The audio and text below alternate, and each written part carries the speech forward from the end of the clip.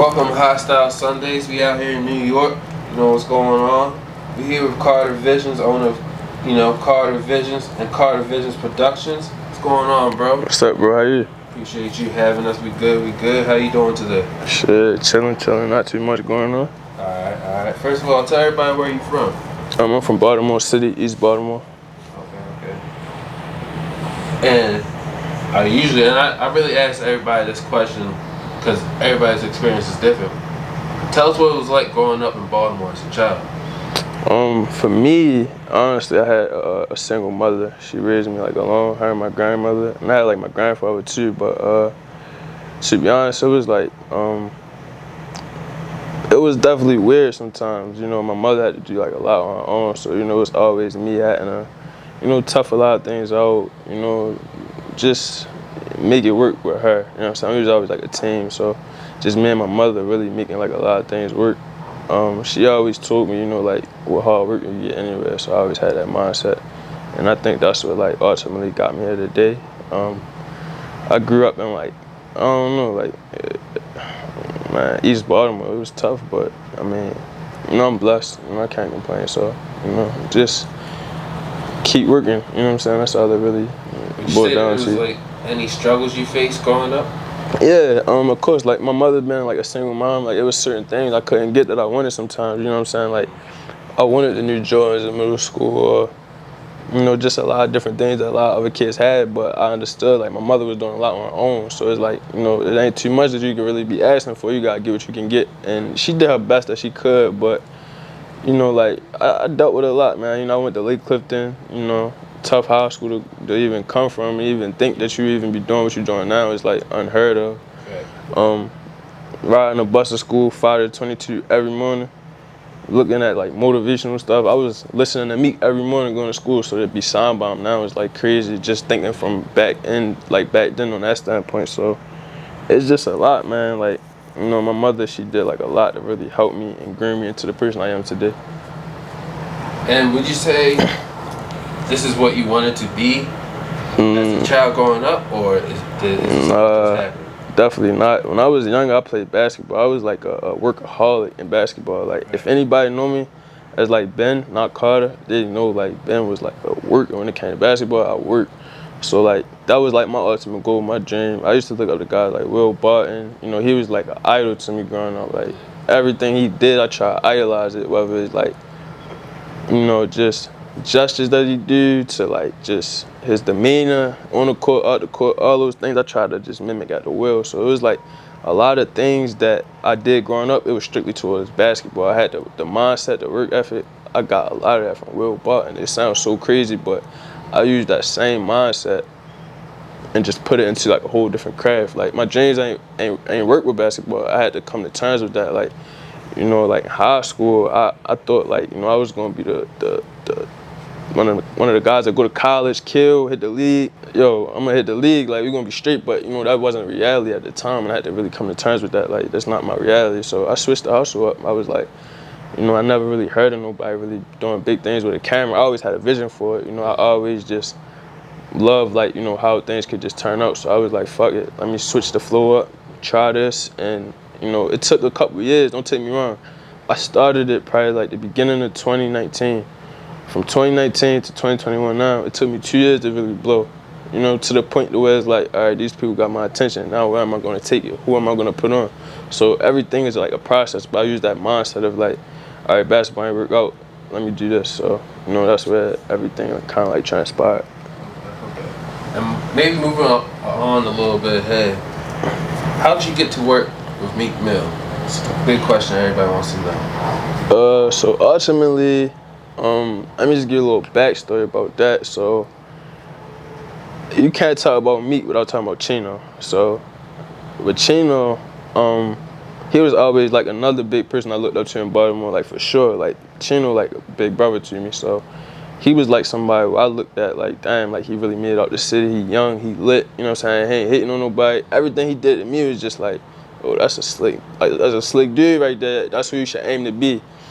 And you know what I'm saying? Like I was coming up in the camera game in Baltimore, and I just happened to do something for somebody just on the humble, like, yo, pull up. Chino liked my work, and from there, you know, he kind of just took to me, you know what I'm saying, as far as like the work, and you know what I'm saying, like I always made sure like he was straight, gave it to him the next day, put the work in, so it was never like, you know what I'm saying, like, yo, Chino put me on, because everybody know Chino is affiliated with me. That's what everybody knows, especially from Baltimore. So, you know, it was never like, yo, Chino put me on with me. You know, I never beat him down about nothing like that. I never even asked him anything like that. I just kept putting in my work, you know what I'm saying? I knew like when my time was there, it was there, but I never not once asked him. But it just so happened I got booked to go to Atlanta and do like a little, like a whole like weekend type vibe, you know what I'm saying, for the dude Ron Uncut. Did the weekend, Meek happened to be there, wound up popping up, did a video for him. I was just like, man, he right here, like let me just do it, let me shoot my shot. So a guy named Larry Morrow, he got the video from Meek. Well, he got the video from Meek, gave it to Meek. Larry Morrow, he owned a restaurant in, I think like New Orleans, yeah. So he gave him the video to Meek, Meek posted. Everybody in my city going crazy, like, damn, it, like, you really did it. Whole time, I'm like, nah, it's still steps. And it's the crazy part about it. The next week, I got booked again to go back to Atlanta again. Larry Love told me to do a video for him in Atlanta. I did this video, and I seen that Meek and Bobby Shmurda had, like, a little thing going on, like a party. So I'm like, this is the craziest story ever, I swear, a true story. We go inside. I'm in Atlanta. I'm trying to get inside the party. Mind you, this packed like to capacity. Atlanta All-Star Weekend is packed. There's no way I'm about to get in this party. So security, they like, nah, bro, you don't got no media pass. Mind you, I already did a previous thing for him. So I'm like, all right, maybe, you know, I can do it again. So security not trying to let me in. I'm like, damn, how I'm gonna get in this party?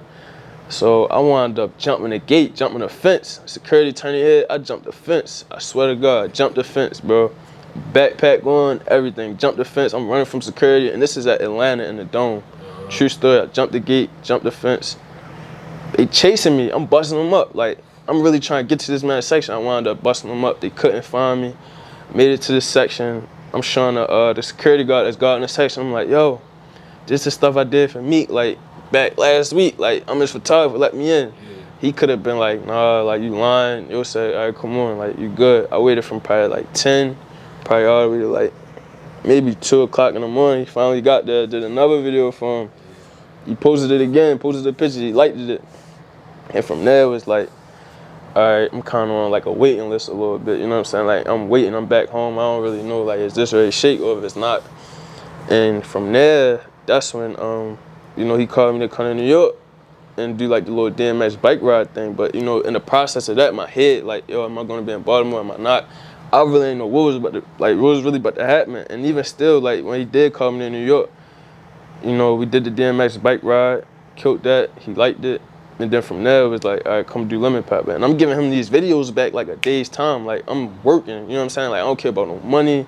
I don't care how much I'm getting paid. That's gonna come. I just wanna show you that like I'm gonna work my ass off to do what I need to do to stay here. So from there, I did Lemon Pepper, and that was really like all she wrote from there, man. Like, after that, he said, all right, come to my birthday in the Bahamas, and from there, that's when the paperwork started coming in, like, bro, like, I want you on the team. So, you know, I'm always going to be grateful for that and grateful for the opportunity because it just showed kids in Baltimore, like, you can be lit without even having to sell drugs, shoot people, anything like that. And mind you, I was giving up on myself for like a long time. Like, is this going to pop? Like, am I really going to be all of what I really knew I always would be?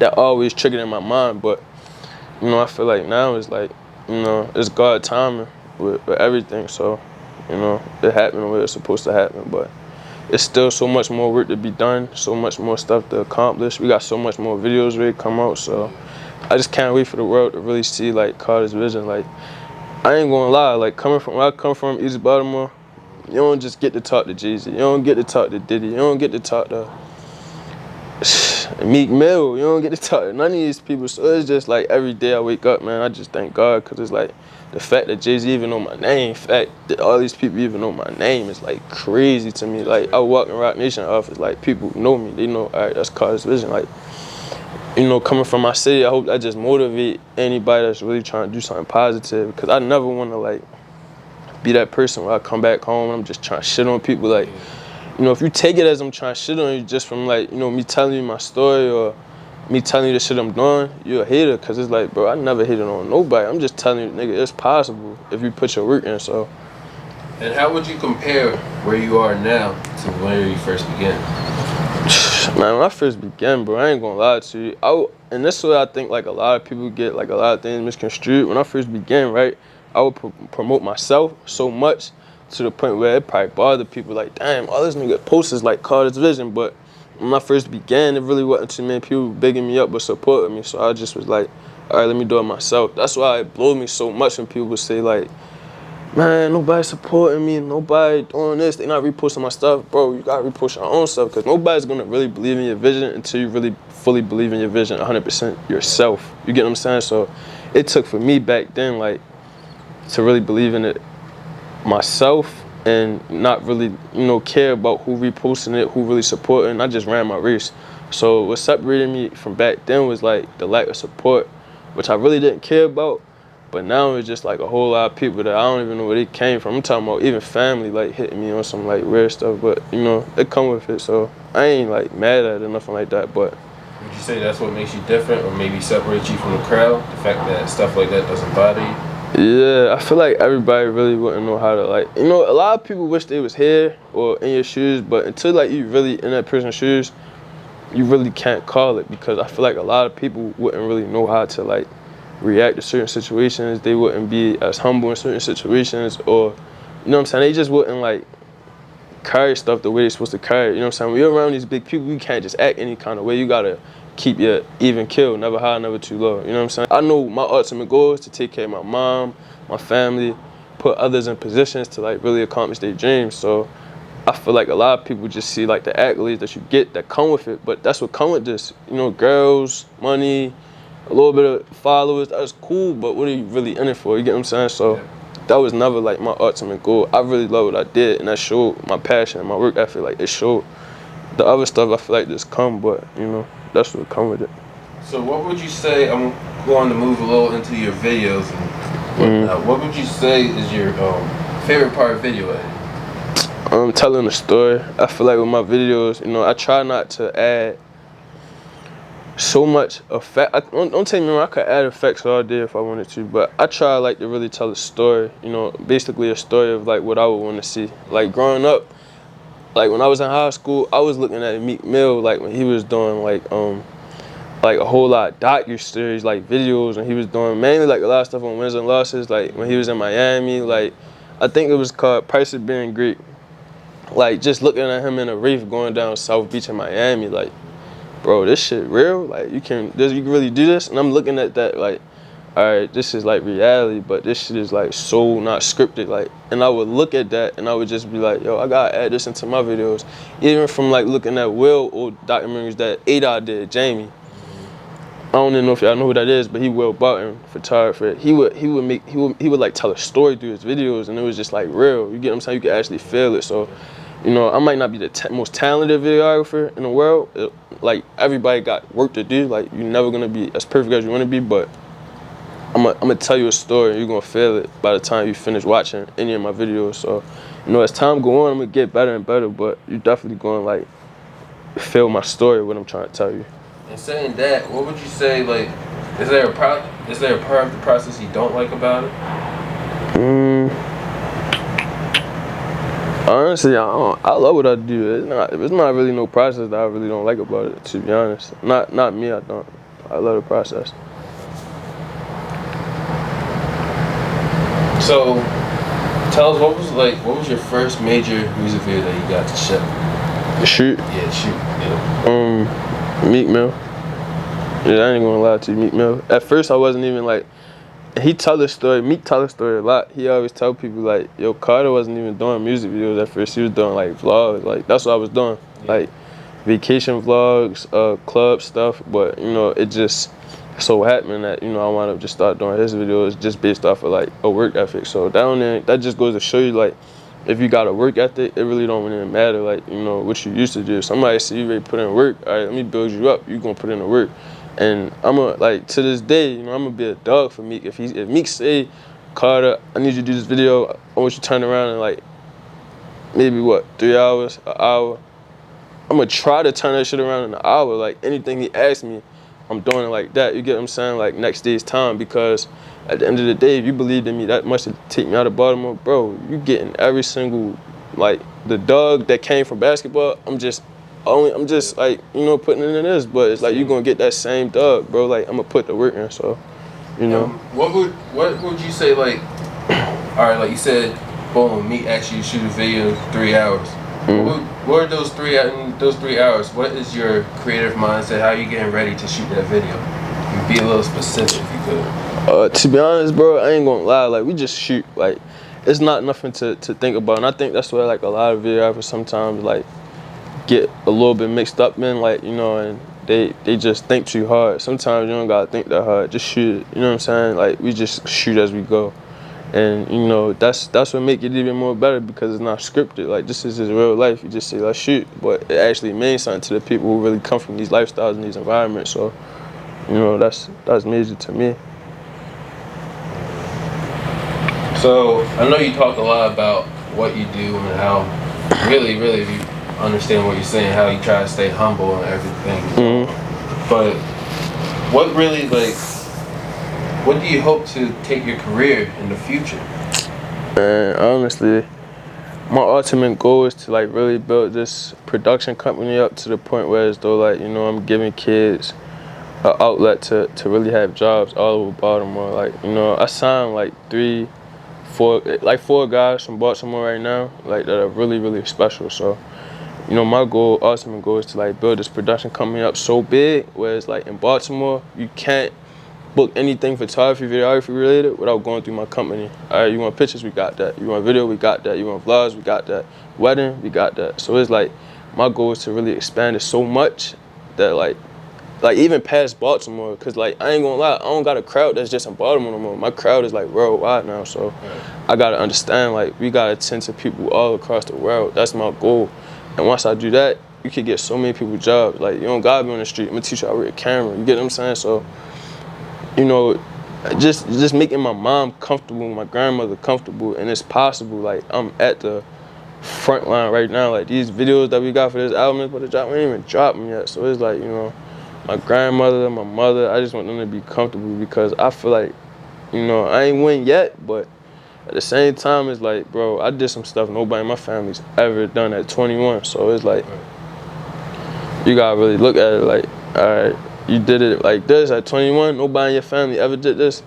Bro, you different, you special. So, you know, I just wanna keep it going and maximize everything that's going on, for sure. And yeah, definitely. And saying that you're 21, and I know that you're well connected still with a lot of the youth back in Baltimore, and as long as you keep on moving, there's a lot more people you're gonna meet. So what kind of advice could you give to those youth that are trying to, like, you know you, they see you, or even they don't know you, and they see what you're doing and want to try do what you're doing? My biggest thing would probably be, like, stay in your lane. And I would definitely say, like, don't hate on the next man at all. Definitely work hard, but definitely more so don't hate on the next man and stay in your lane, for sure. Because I'm gonna give you an example. Like, you know, when I was coming up, it was a kid that was younger than me. His name's Talik. He Javante Davis photographer. When I say, like, when I first started, you know, I was doing baby showers, small stuff. Talik was hot. Like, he's still hot today, but he was, like, super crazy in the city. Like, nobody ever seen no young kid that young come through the city, like, on some, like, he was on some different stuff. Like, this is probably, like, end of 2019, beginning of 2020, he was just in a different zone. And at the time, I'm still doing baby showers. I'm like, damn, like, when am I really gonna pop? You know what I'm saying? Like, but I always told him, like, yo, keep doing your thing, bro. Like, you lit. Like, you was next. You know what I'm saying? I never hated. And I feel like that's what I want to tell the youth, man. Like, don't ever hate on the next man, because you never know when your time coming. Everybody has that own time of what's for them is what's for them. So as soon as you hate on somebody, you ultimately, like, a loser right then and there, just because, like, your energy terrible, energy everything. So keep the energy good, man. Wish people the best. Like, you don't gotta hate on nobody, because at the end of the day, what's for you is what's for you. So the stuff that I used to be like, damn, like, how he get that? Or, no, God had a bigger goal for me that I didn't even really know about. So I would sometimes get, you know what I'm saying? I would never hate on nobody, but I would just be like, damn, like, you know, when my real shot gonna come, you know what I'm saying? Like, when am I really gonna get the opportunity? So, you know, it's just about energy. I always kept my energy good, like, you know, calm down, like, what's for you is for you. So You know, I was working at DTLR grabbing shoes. Like, literally, this time last year, I was grabbing shoes. I just told Meek the story, I swear. This time last year, I was grabbing shoes. Probably making like $200 every 2 weeks, probably. Still, like, trying to do stuff for your girl, trying to, you know, do this and that. So it's like, you know, photography was cool, but I'm trying to take it to the next level, you know what I'm saying? So $200 every 2 weeks. And I'm still maintaining, like, keeping up my image and things like that. You know, I was, what, 20 at the time, so, you know, that's like still in school. I ain't dropped out at the time yet, but, you know, I was getting shoes and stuff like that, and I was trying to ask the people at, like, DTLR, like, bro, like, put me on, like, put me in this marketing room, like, you know what I'm saying, put me in these rooms, and I never really got no call back, and I used to think, like, damn, like, this is my opportunity right here. The whole time, God had something, like, now I'm in Rock Nation offices, like, how do you even compare the two? How you can compare Rock Nation to DTLR? It's like, God just was like, just wait. And I didn't really understand that at the time. And the only people that really, like, you know, would reach out a little bit is Shoe City, like Stokey. Like, that's my dog to this day. Stokey and Akel, they was like real big parts in, like, you know, helping me along the journey of, like, you know, putting me in a little bit of rooms, you know what I'm saying, get my feet wet and see how it really is. But, you know, ultimately, like, just me really betting on myself, trusting in God, and just saying, like, I'm gonna quit DTLR. I'm gonna, you know, drop out of school. School really wasn't for me. I ain't gonna lie to you. It wasn't for me. My mom was kind of sad when I dropped out, but school was never really for me. It wasn't. I'm not saying I would never go back, but, you know, I feel like entrepreneurship was just always just in me. Like, but, yeah, man. So I would definitely just tell kids, stay in their lane. What's for you is for you, because you never know, like, where your path might take you. Like, $200 every 2 weeks. I told Meek that. He was like, man, that's crazy. So, yeah, I definitely think that's, like, crazy, $200 every 2 weeks, but, you know, bet on myself, for sure. You're in a better position now, for sure, and somebody that I feel like the youth should, you know, look up to, and not go on with the trend that's going on in the city. Everybody just feel like they stuck to do the same thing, and do whatever they gotta do to survive. Because ultimately, like, you know, our reality, bro, like, I really think, like, you know, everybody's trying to sell drugs. You know, to me, I really think it's corny, but also, too, you don't really got nobody telling them, like, you know, like, bro, like, this is really possible. Like, yesterday, Meek brought me, just me, like, Meek took me to, like, a billionaire's birthday party. Mind you, I'm in a room full of billionaires. I feel uncomfortable. Like, should I even be talking to these people? But the fact that he brought me in a room full of billionaires, now I'm exposed to, all right, this is possible. This is what I got to do this. But when you go back in, like, Baltimore, Philly, wherever you at, you got people that's selling drugs that's older. So what do you really got to look up to? This man brought me around billionaires, so I know how to maneuver in certain situations. All right, this is what I should be doing. This is real money. This is property. This is, like, these people got assets, you get what I'm saying? Versus, like, you wake up in the morning, this is who your big bro is, he's selling drugs. Like, you know, it's like, all right, this is what you got to look up to. So I don't feel like, you know what I'm saying, like, it's a good thing, but it's like, what do you have to look up to? You know what I'm saying? We need more people that's like the Chinos and, like, you know what I'm saying, the people in our city that's really, like, pushing, like Will Barton. We need more people, like, that's really pushing, like, you know, for some different stuff in our city that's really, like, you can still pop. So, is there any more projects you got? I know you mentioned a few along the way, but any projects you want to give out or any shout-outs you want to do? Man, projects that's ready to come out. We got some crazy stuff coming out, man. We got so many projects coming out. I can't really say right now, because I think when this drop, like Sunday? Might be next couple Sundays ahead. Alright, I thought it dropped this week. Damn. But we can make it happen. Yeah, for sure. I want this to drop soon, but definitely a couple projects coming out. I really can't say what, because it's getting wicked, but definitely stay tuned for the production teams. We really locked in, super crazy. Y'all need to book that right now back home, to be honest, because I got crazy photographers that's, like, nice, so get that popping. That's really it, for real. Alright. We got Carter's Vision. Yeah, for sure. We came all the way to New York for this. This is definitely somebody y'all gotta tune into. Check out his, where can they come and follow you at? Carter's_Vision on Instagram, and subscribe to my YouTube at Carter's Vision. Alright, y'all heard it first. It's Highstyle Sundays. For sure. Maboka in the building. You know we always got that on deck. Tune in. fuck that. We shooting dice in the bathroom, shoot you out your shoes and lunch pass. With the one who would've robbed you, anyway you're trying to